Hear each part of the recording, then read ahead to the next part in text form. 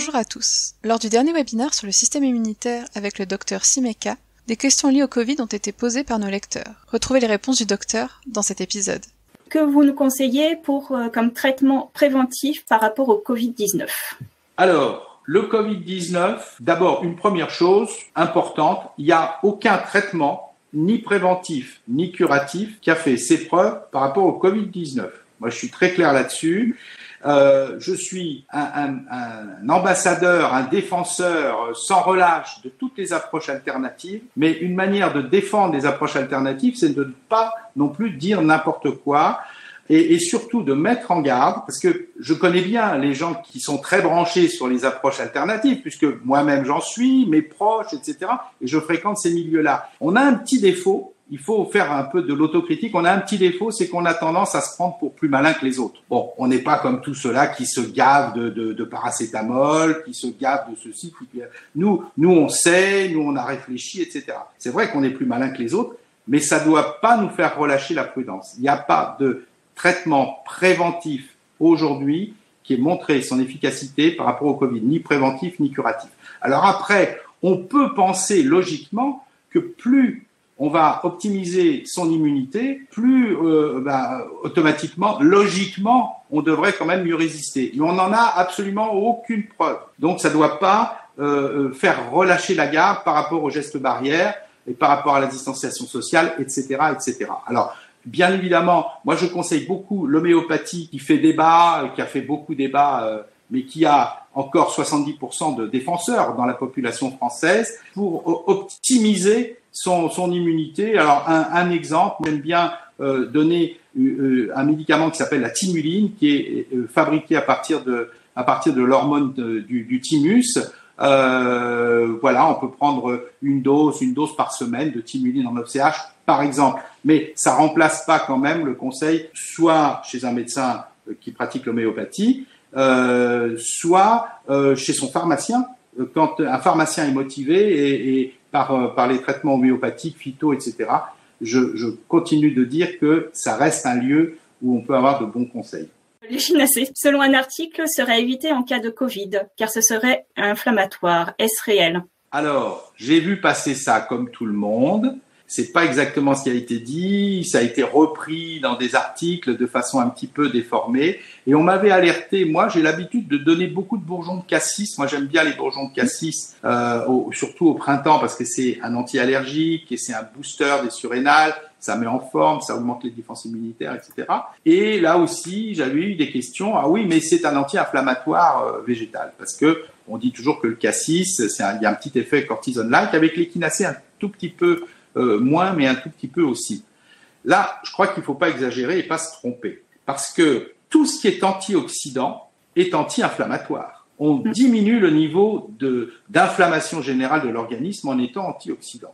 Donc, je vais dire une bêtise sous forme de plaisanterie, évidemment, ne suivez pas mon conseil, mais si on veut vraiment pas du tout être anti-inflammatoire, c'est charcuterie chips. Ça va très bien parce que c'est une alimentation hyper inflammatoire, donc on risque pas d'avoir des problèmes. Dès que vous mangez quelque chose de rouge, quelque chose de vert, dès que vous avez une alimentation un petit peu antioxydante, elle est anti-inflammatoire. Donc est-ce qu'il faut arrêter de manger des légumes et des fruits ? Je suis pas sûr que ce serait une bonne idée. Vous pourrez grignoter quelques endives qui sont bien blanches.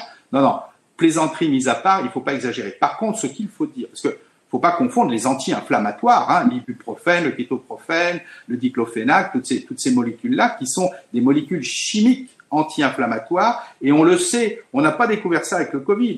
Ça fait 30 ans qu'on sait qu'il faut pas le donner dans la fièvre. Moi, je suis installé pas loin d'un hôpital intercommunal, d'ailleurs où je suis attaché, et c'est le patron de pédiatrie de l'époque qui avait le premier mis en évidence chez l'enfant. C'est bon, on donnait, dès que les enfants avaient de la fièvre, pour nos amis internautes qui sont de ma génération, ils se souviennent de ça, on donnait aux enfants de l'Advil, du sirop d'Advil. On a complètement arrêté ça. Ils arrivaient avec une rhino, de la fièvre, on leur donnait de l'Advil, ils avaient une pneumonie. C'était pas très malin. Voilà, faut pas confondre quand même les anti-inflammatoires chimiques et puis les plantes qui ont une action anti-inflammatoire, parce que sinon il faut mettre l'alimentation antioxydante avec. Alors, ce qu'il faut dire, c'est que de toute manière, à partir du moment où on commence à avoir des symptômes de Covid ou de grippe ou d'autres choses, tant qu'à faire, on consulte son médecin, on voit, et on ne va pas continuer une automédication. Ça n'a pas de sens de continuer à prendre des plantes, pour surtout d'ailleurs une action plus préventive que curative,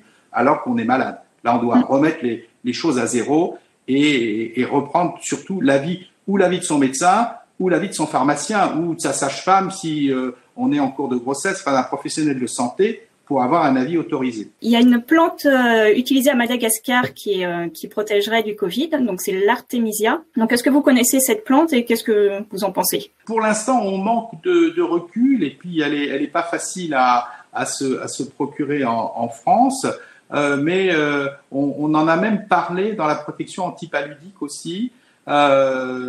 C'est une piste intéressante. Pour l'instant, il n'y a pas encore de choses suffisamment consistantes.